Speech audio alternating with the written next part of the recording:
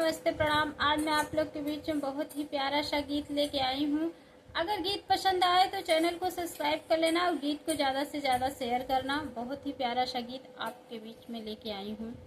झुमका गिरा मंज दरवा सासु गरिया वही मोर बिरनवा सासु या वही मोर बिरनवा जीनी गरिया वा सासु हमरे बिरनवा है सासु हमाया के आँखी कपुतरिया जीनी गरिया व मोर बिरनवा जी गरिया व मोर बिरनवा माया कहानी हमरे आँखी का पुतरिया है सासु माया कहानी हमरे आँखी का पुतरिया है सासु हमरे बाबा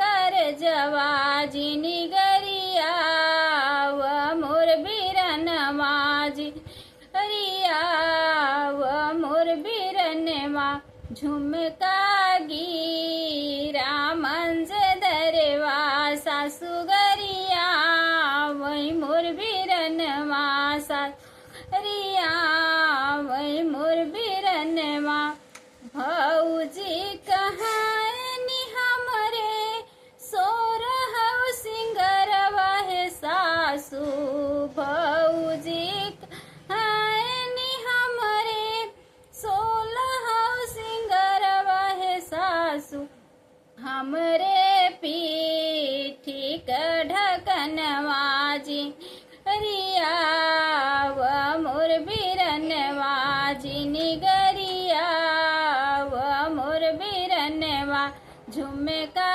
गिरा मंज दरवा सासु गरिया वही मोर बिरनवा सासु गरिया वही मोर बिरनवा माया कहानी हमरे आँखी का पुतरिया है सासु माया कहानी हमरे आँखी का पुतरिया है सासु हमरे बाबा कर जवा हमरे बाबा कर जवा जीनी गरिया ऊ मोर बिरनवा जीनी गरिया ऊ मोर बिरनवा।